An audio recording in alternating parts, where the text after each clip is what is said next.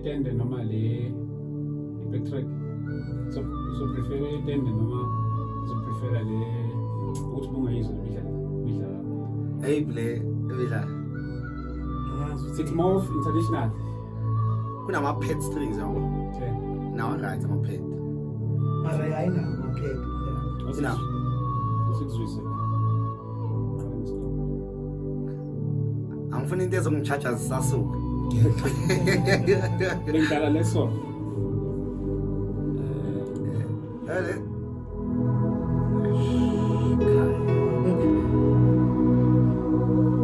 No ma. Ay ngathi lo piano kancane ngitshele kodwa ay right le ngizoshunqa sasuka le Ngicela basa sifudumala. ay le yana izongifudumeza ay seyishayile phela la Okay, sizokuvulela ngale la. yeah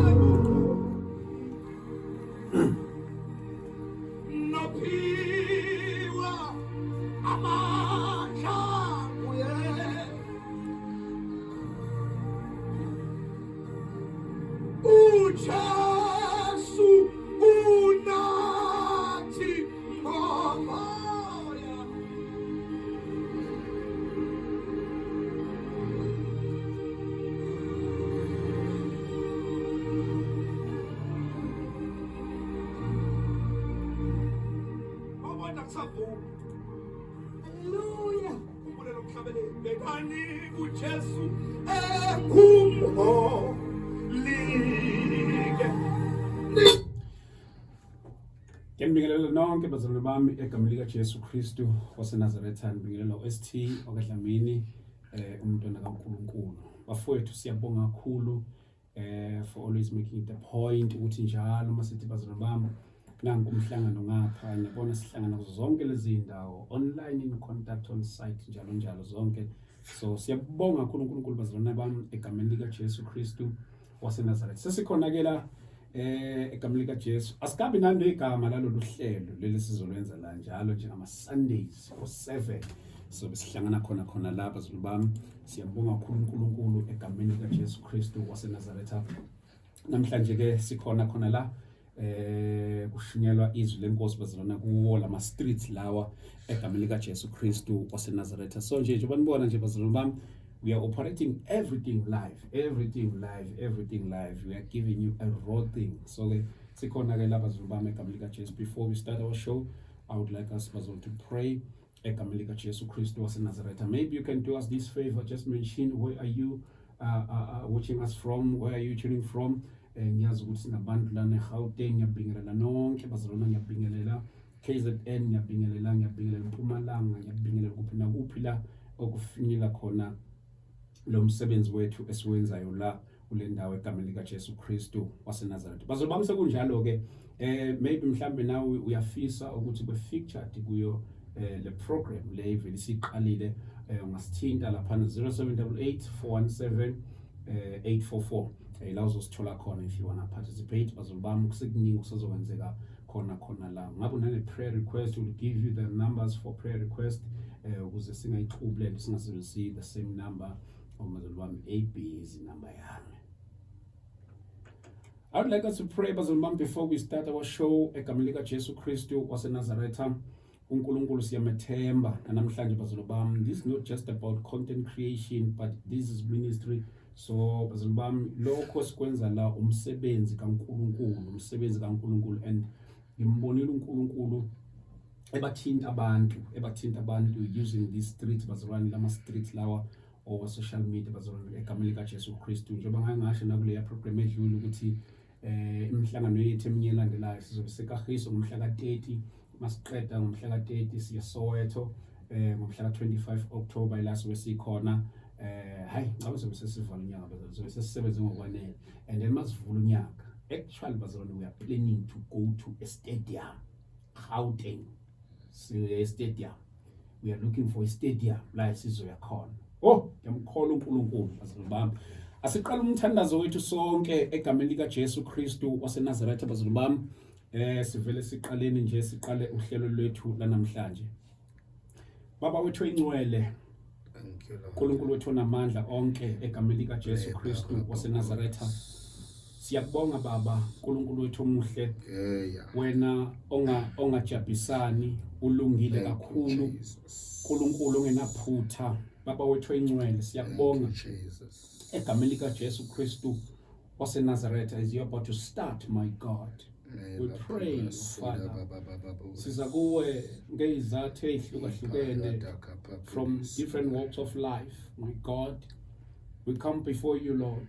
Egama likaJesu Kristu waseNazaretha, sipha amandla, uNkulunkulu namandla onke, siqinise egameni likaJesu Kristu waseNazaretha. Yes, Lord. Impela Nkosi, siyaqinisekisa on our own we cannot do all this. uNkulunkulu wethu oyingcwele, we need you, we need you, we need you. Egameni likaJesu Kristu waseNazaretha, Baba siyabonga, uNkulunkulu wethu namandla onke. Egameni likaJesu Kristu waseNazaretha, siyathandaza Nkosi, nanginalo yambukeli uyasibuka usilalele, usesimweni esithile endakazi nokuthi uyophuma kanjani. Kunethemba esizolimemezela namhlanje ntambama egameni likaJesu Kristu waseNazaretha. Baba wethu oyingcwele, ziveze uNkulunkulu nakuye, ziveze egameni likaJesu Kristu waseNazaretha, ziveze ngegama likaJesu Kristu waseNazaretha. Baba siyathandaza egameni likaJesu Kristu waseNazaretha, kumpetheya kadosteke. We pray, oh God, we are praying, oh Father, in the name of Jesus Christ. Father, we are standing on the gap, my God. Sibizika malakho, elinamandla egameni likaJesu Kristu waseNazaretha. Baba wethu oyingcwele, siyakubonga uNkulunkulu wethu omuhle egameni likaJesu Kristu waseNazaretha. We thank you, Lord.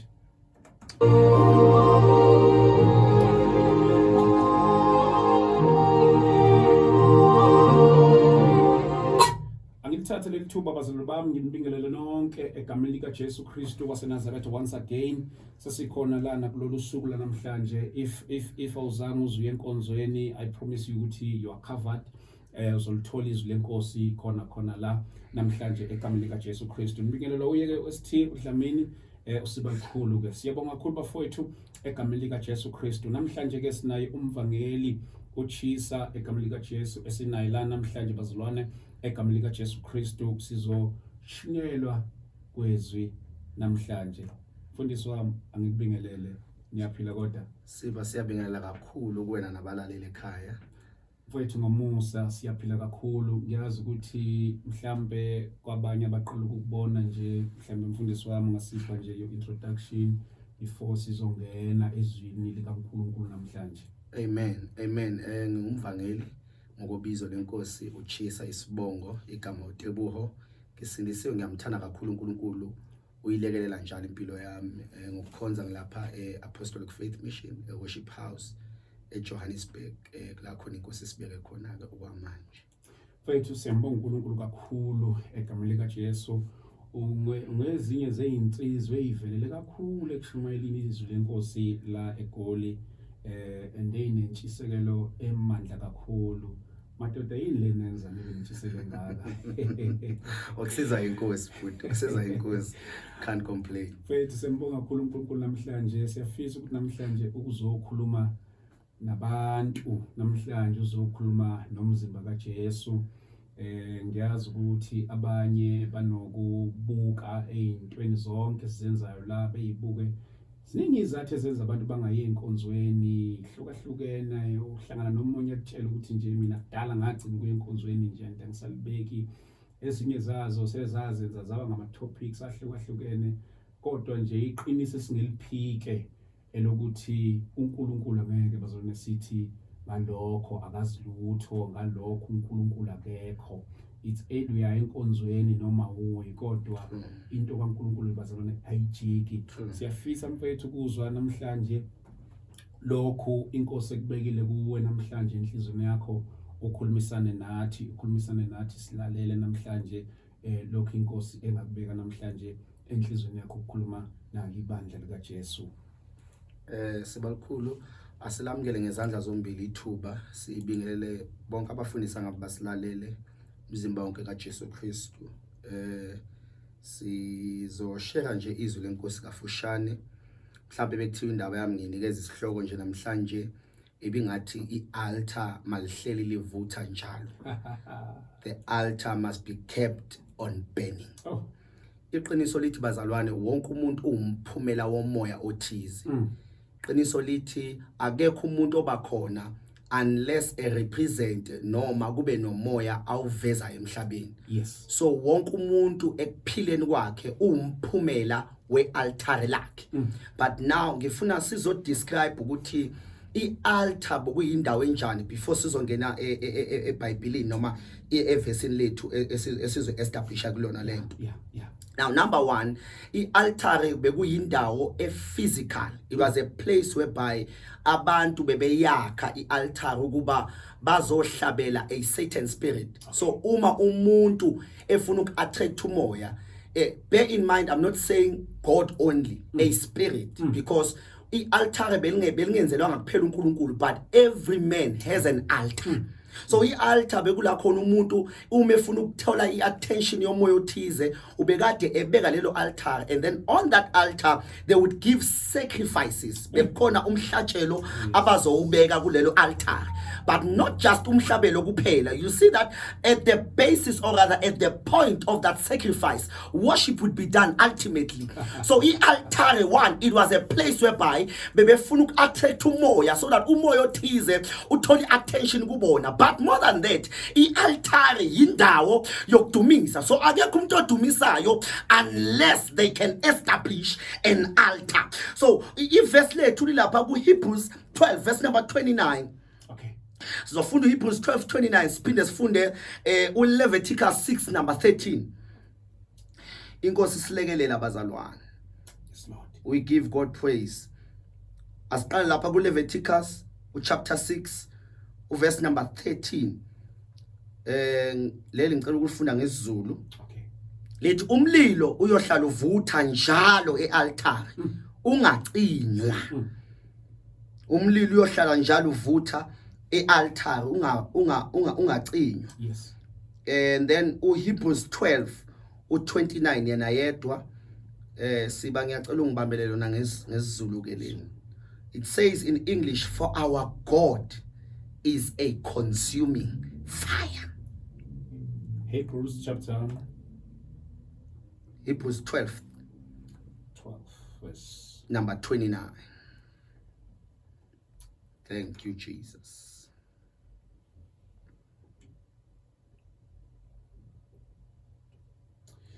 ngokuba uNkulunkulu wethu, oh my God, athi niphinde kanje, ngokuba uNkulunkulu wethu Yes. ungumlilo oqothulayo. My God, inkosi busukufunda kwezulayo. Amen. Amen. Now, uma sikhuluma ngealtar elihleli livutha, sibalukhulu nabazalwane ekhaya, ngifuna ukuletha isiqiniseko esithi, as I've just developed a point right now, ukuthi wonke umuntu umphumela wealtar lakhe. Ayikho into kulelizwe siphila kulona eyenzakala ngecoincidence, kodwa kunabantu abaphila noma abasacrifice ngeimpilo zabo kwialtar. So ialtar alihlezi nje kuphela livutha unless umuntu eyibeke emahlombe akhe ukuthi ialtar lakhe uzolisavisa. So ialtar ke, number 1, we have developed a point that says ialtar yindawo la khona umhlatshelo ohlezi utholakala khona. So when you see an altar does not exist unless there is a sacrifice. So mele kube khona isacrifice ebakhona umuntu efuna ukuestablisha noma efuna ukwakha ialtar. But number 2, ialtar indawo la khona kudunyiswa khona. Akekho umuntu ongadumisa umoya ngaphandle kokuthi alakhe ialtar. But number 3, ialtar indawo la khona kuba khona ama exchanges enzakala khona. Because I've just said right now ukuthi umuntu efuna ukwenza or afuna ukuthola attention from izwe likamoya to izwe lenyama, what happens is that komele akhe ialtar. So ialtar indawo ye-exchange whereby umuntu exchange ubuthakathaka bakhe for the strength that is spiritual. Ayenzeki nanoma yikuphi lento yenzeka endaweni ye-altar. But number 3, ama communications enzakala e-altareni. So kunendawo la khona umuntu akwazi ukuza uNkulunkulu kuyona, and that place, it is a place of an altar. I want to emphasize ukuthi akekho umuntu eBhayibhelini oke wahamba noNkulunkulu engenalo i-altar.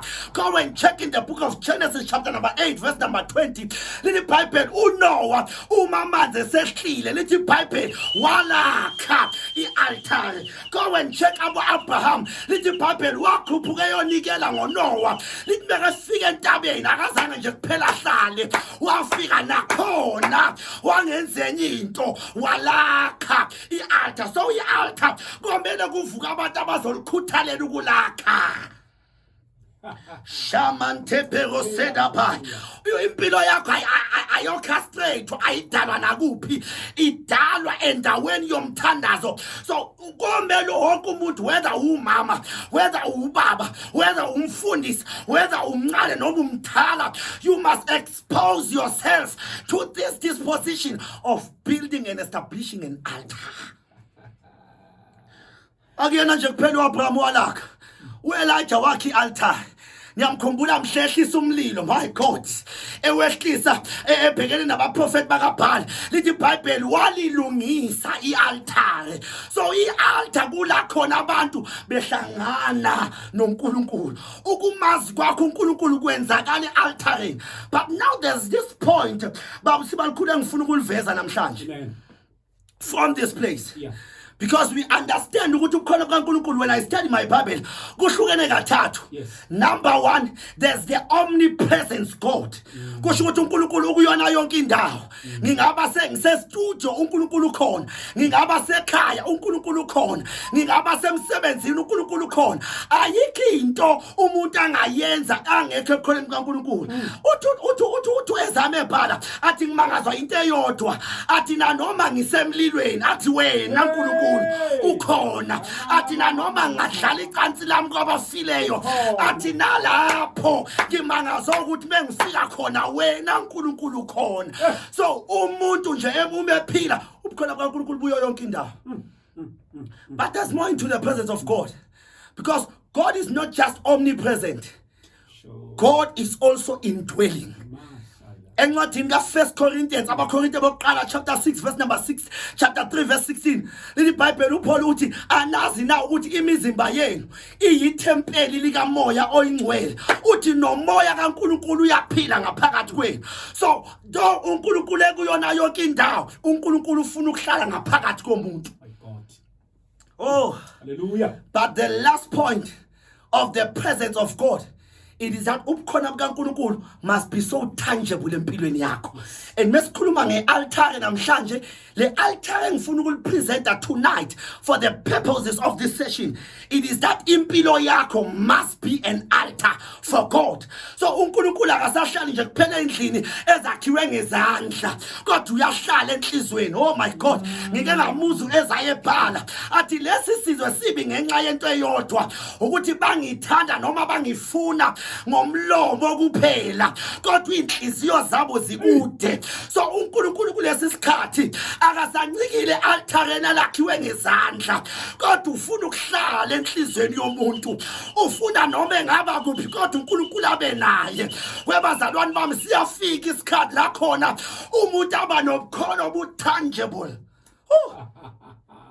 ayenzeka Alimaso. Kuyenzeka. Yakelebe. kuyenzeka ube noNkulunkulu hayi bazalwana asifani sonke kunabantu ongahlangana nabo abalinde ekuzamazamiswa kwechibi bona themselves they carry an atmosphere of God.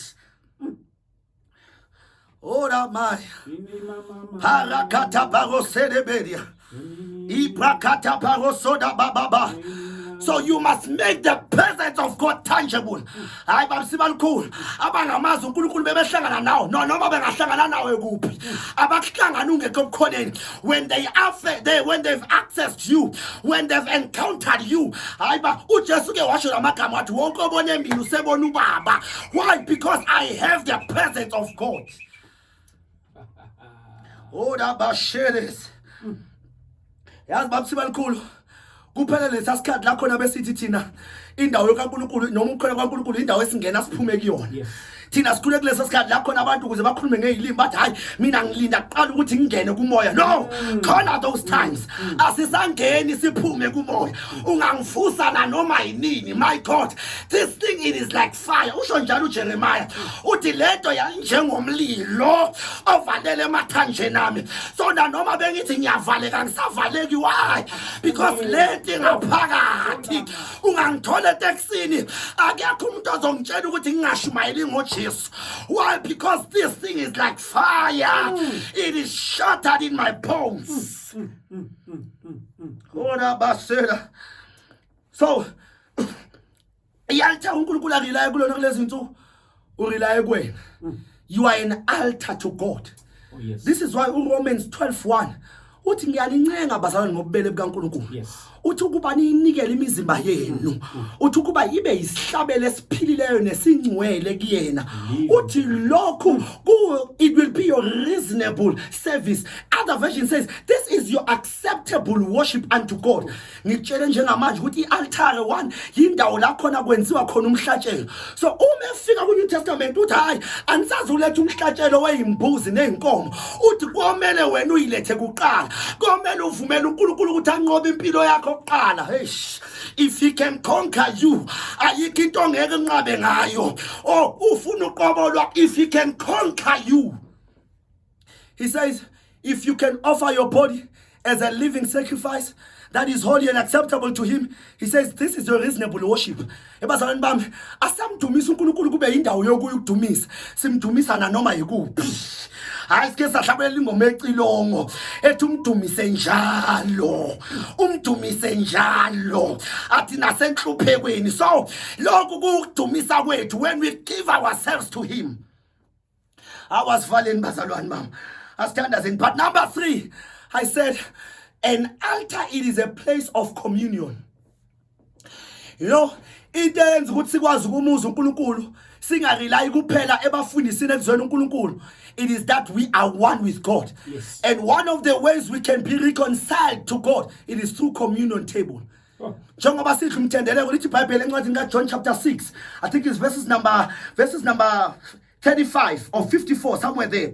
Uthi ongadlanga lo mzimba, uthi uma nidla nomzimba niphuza leli gazi, uthi niba yingxenye yomzimba wami. So how we are joined in him, it is when we drink and eat his blood and eat his bread. So this is how uNkulunkulu esijoyina kuKristu. We are his body. Siwumakoti wewundlu. So uNkulunkulu efuna ukusijoyina noJesu. This is why we can hear God for ourselves. Umuzwa na noma ukuphi. Umuzwa na noma ukuphi, umuzwa na noma ugula uyamuzwa. Haya ukhona ke wabhala uDrog of the Last Days, uke wabhala uMamkhanyile wathi umhlengi wami uyaphila, athi ngimuzwe ngiduduza, athi ngimuzwe nginika ithemba elisha. Why? Ngoba ialtar lami liyavutha. Namhlanje sizoqinisa wonke umuntu osekhaya lelo altar lisengavutha. Ungalivumeli licishe, lisengavutha. Oshepe katapara sedapa. Ay lasifunde khona uthi lo mlilo kuleli altar lomzimba wakho. Uthi lo mlilo ayapashepepe uthi awungacisha na noma ungahlupheka ayinhluphekweni zakho. Ngiyacela ungavumeli lo mlilo ucishe nanoma ungagula ngiyacela ungavumeli lo mlilo ay alathapakosa hayi lo mlilo uke washo uJeremiah athi lethi njengomlilo. Don't you wonder why lithi iBhayibheli uNkulunkulu wayebahola njalo engabi yinsinga yenye into, lithi emini ubeba yinsinga yefu kodwa ebusuku ubeba yinsinga yomlilo. So lo mlilo ovuthisa ama-altar, it is the character of God. Hinini hayi, it is the character of God. Uthi kumaHebheru 12:29 uthi ngokuba uNkulunkulu wethu uwumlilo oqothulayo. He is the consuming fire. Akakwazi ukuhlala nawe engashintshi, akakwazi ukuhlala nawe engaqedanga. Komele aqede uqobo lwakho ukuze kuvuke yena. Ora bashede bekosidas imakapara katepegoseda. So let us sikhuluma la, asifuni umlilo omunye, sifuna uNkulunkulu uqobo lwakhe. Uthi anisane entabeni ephathekayo neshunqa umlilo. Uthi kodwa nize kulo ibandla lama firstborns, athi nize kuyo uJesu Kristu, who is the mediator of the new covenant. Webazalwane bami ohlangene naye akabandi akusona isikhathi sokulinda ibandla, akulona isikhathi sokulinda umfundisi. You must be kept on burning. You must burn. Umthandazo wami namhlanje uthi Lord, set us on fire. Set us on fire. Set us on fire. Set us on fire. When we are on fire, wesibalukhulu kunamadimoni engeke siwaxoshe ayoyihambela ngoba thina we are on fire. Kunokugula ongeke uxoshe uyoma ngesibindi. Why? Ngoba kunomlilo ovutha ngaphakathi kwakho. Ingane zakho kokunye ngeke uyishaye. Hey, haleluya. Kodwa lo mlilo, hayi sidinga umlilo, sidinga umlilo, sidinga umlilo. Ayabakashada baba baseda namhlanje ebusuku ngizimvuselelo yamandla phakathi kwekhaya lakho. Abanye balahla ukholwa kodwa namhlanje phakathi endlini yakho silethe imvuselelo elethi ngamandla, lethi yaphila, lethi ngumlilo. Hedabakashada baba ayakaphakama uJesu. Enkathini zethu akaphakame, emabhizinisini ethu akaphakame, emshadweni yethu ehlulekayo akaphakame. Siletha umlilo ovuselelayo. Haleluya. Odabashedebes idababakoshebebeberosida. Kunezinto ongahluleka ukuzenza, kodwa not until you are fired and you are found burning. Namhlanje siyathandaza. Lord, set us on fire. Asivuthe njalo isibani sami, asingacishi. Umlilo uvuthe njalo enhlizweni yami, mawungacishi. Sesiyathandaza. Inkosi icinge labantu, abantu abazovutha in season and out of season. Inkosi ifuna abantu abazoyinikela njalo, bengathandazi ngoba kunento abayifuna kuNkulunkulu, kodwa bazothandaza njalo. Uthe kuEzekiel 37 athi I sought for a man who can stand in the gap. Na inkosi nabantu ebadingayo abangahamba esikhaleni. For as long as the altar labo lisavutha, kunabantu abangeke bakuyeke ukukholwa. So i-altar komele lihlezi livutha. Eyamasuya. Umthandazo wethu, oh, set me on fire. Set my life on fire. Set my life on fire. Marata para sokete perita. Evra para teke pelete peroseta. Ila pasha para tebeke pelia soda. Iraparia sebebebeka. Irabaya sata pale beso. Set us on fire. Sibalikhulu. Asibonge ithuba. Kodwa ngiyezwa njengamanje. Lo mlilo obaswayo kunokugula okhambayo. Yes, Lord. Asizukutshela ukugula kuzozwa. Yeah. Lithi iBhayibheli kuJohn 1 lithi ukukhanya kwavela. Lithi ubumnyama abuzange budinge ukuxoshwa ukukhanya. Ngokuvela kokukhanya lithi iBhayibheli light shines in the darkness and darkness could not comprehend it. Kodwa manje if you know what light is, light carries fire inside. This is why uJesu ethi nina ningukukhanya kwezwe. Right now we declare let there be light. Abanye kade bethandaza kodwa manje umlilo ema-altareni abo sewucishile, kodwa namhlanje siza ngegama likaJesu. Umlilo namhlanje uyavuselelwa. Abantu bayabuyela kuma positions abo. Abantu they realize and recognize and realign with their God-given purposes. Bayabuyela emagiftini abo kuprofeta. Bayabuyela emagiftini abo kuvangela. Bayabuyela emagiftini abo of being an intercessor and a watchman. Ngegama likaJesu waseNazaretha, from wherever you are listening, from wherever you are watching, we release the power of God to touch your life right now. Maya shaparoteke bedidabas. Iparata pakasoperetekaya. Set us on fire. Set us on fire. Set us Hallelujah.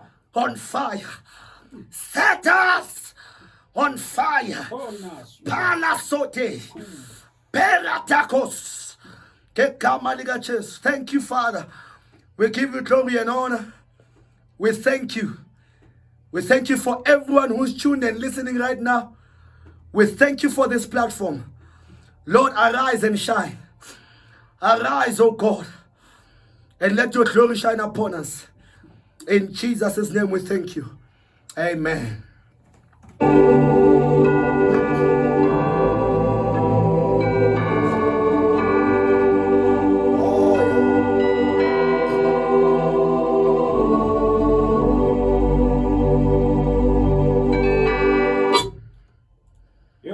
Sembonga kakhulu uNkulunkulu egameni likaJesu Kristu waseNazaretha. Oh, what a word, what a word, what a word. We honor you, Lord. Sembonga kakhulu umfundisi wami, sembonga uNkulunkulu ngawe egameni likaJesu Kristu waseNazaretha. Before sivale nje le show yethu namhlanje, mhlambe kwabafisa ukuxhumana nawe umfundisi wami bakuthola kanjani? Ngikhona ku Facebook uTeboho Chisa Moharumetso, on Facebook, on TikTok uTeboho Chisa, and on Instagram it's Teboho Chisa also. I think ilezo inkundla engixhumana kuzona. I also have a movement specialized kakhulu ngabantu abasha. It's Kingdom Pioneers Movement. We have a page on Facebook and on TikTok. So uma ufuna ukuhlangana nami, I think those are platforms you can get me on. Le movement le imhlangano yakhona ni ihamba kanjani, ihlangana kanjani? Imhlangano yakhona ilapha eJohannesburg for now until the Lord expands us. So we do night prayers, night vigils, revivals. So we are on that mission whereby uNkulunkulu usithumile ukuba we should set young men or people in his body on fire as we anticipate the revival. Wow, mfundisi wami sembonga kakhulu uNkulunkulu ngawe. Sibonga kakhulu bafowethu. Thank Amen. you so much. Thank Amen. you so much. Thank you so much. Ukhona umhlangano olandelayo mhlambe wayo lo basha, maybe in no time. Yes, I think on September, but pending dates. I think if you can follow us on our platforms, you will see our updated dates. But September is a time that we are looking for. Okay. Amen. Amen. Wow.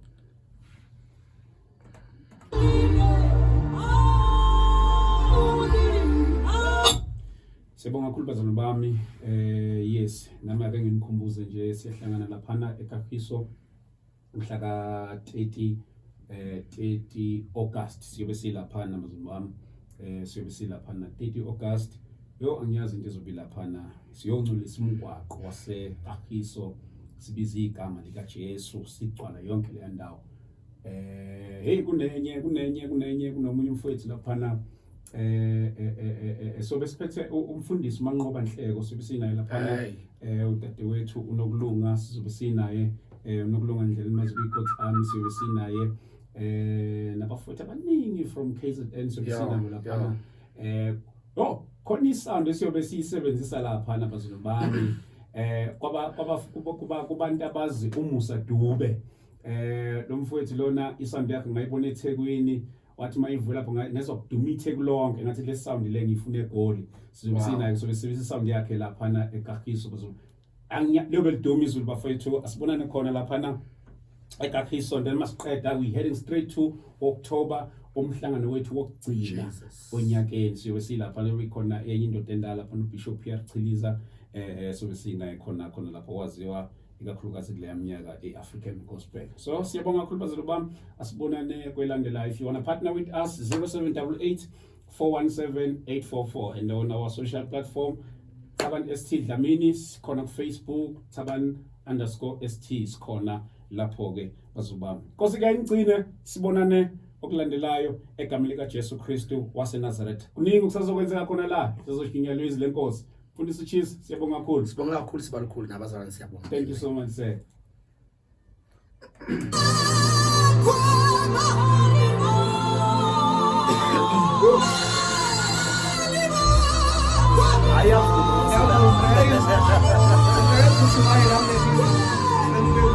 Kati makenze kanjani? Oyilena ne?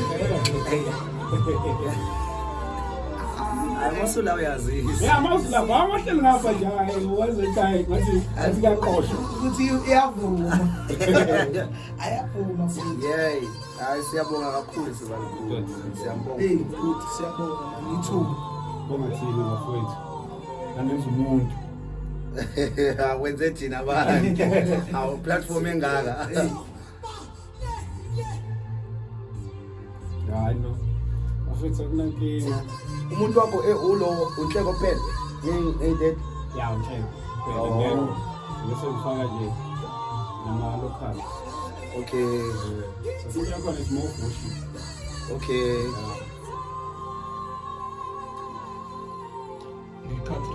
Oh yeah, let's go.